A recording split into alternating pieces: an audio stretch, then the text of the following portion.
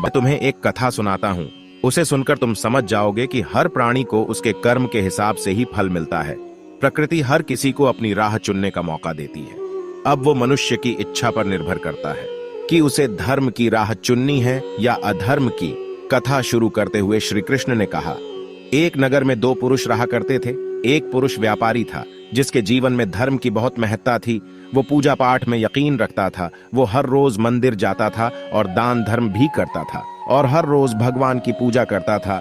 वहीं दूसरा पुरुष बिल्कुल विपरीत था। वो हर रोज मंदिर तो जाता था लेकिन पूजा करने नहीं, बल्कि मंदिर के बाहर से जूते चप्पल चुराने।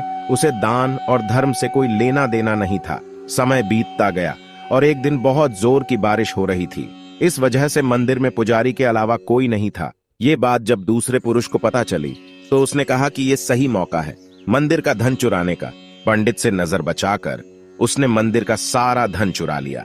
उसी समय धर्म कर्म में विश्वास रखने वाला व्यक्ति भी मंदिर पहुंचा। दुर्भाग्य से मंदिर के पुजारी ने उसे ही चोर समझ लिया और चिल्लाने लगे। वहां लोग एकत्र हो गए और उसे बहुत मारा। किसी तरह वो बचते बचाते वहां से निकला तो दुर्भाग्य ने उसका साथ वहां भी नहीं छोड़ा। मंदिर के बाहर वो एक गाड़ी से टकरा गया और घायल हो गया।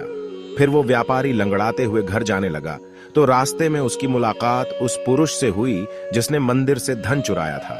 उसने कहा, आज तो मेरी किस्मत चमक गई, एक साथ इतना सारा धन मिल गया। ये सब देखकर उसे बहुत बुरा लगा और उसने अपने घर से भगवान की सारी तस्वीरें निकाल दी। कुछ सालों बाद दोनों पुरुषों की मृत्यु हो गई। मरने के बाद जब दोनों यमराज की सभा में पहुंचे और भले पुरुष ने दूसरे व्यक्ति को देखा तो उसे बहुत गुस्सा आया। उसने क्रोधित होकर यमराज से पूछ ही लिया, मैं तो हमेशा अच्छे कर्म करता था, दान में विश्वास रखता था, उसके बदले जीवन भर मुझे अपमान और दर्द ही मिला और इस व्यक्ति को नोटों से भरी पोटली। आखिर ऐसा भेदभाव क्यों? इस पर यमराज ने कहा, पुत्र तुम गलत समझ रहे हो। जिस दिन तुम्हारी गाड़ी से टक्कर हुई थी वो दिन तुम्हारे जीवन का आखिरी दिन था, परंतु तुम्हारे अच्छे कर्मों की वजह से तुम्हारी मौत सिर्फ एक छोटी सी चोट में बदल गई। तुम इस दुष्ट व्यक्ति के बारे में जानना चाहते हो।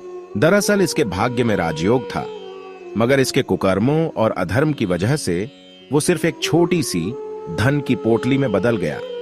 कथा सुनाने के बाद श्री कृष्ण अर्जुन से कहते हैं, पार्थ, क्या अब तुम्हें तुम्हारे सवाल का जवाब मिल गया? ऐसा सोचना कि भगवान तुम्हारे कर्मों को नजरअंदाज कर रहे हैं, ये बिल्कुल भी सत्य नहीं है।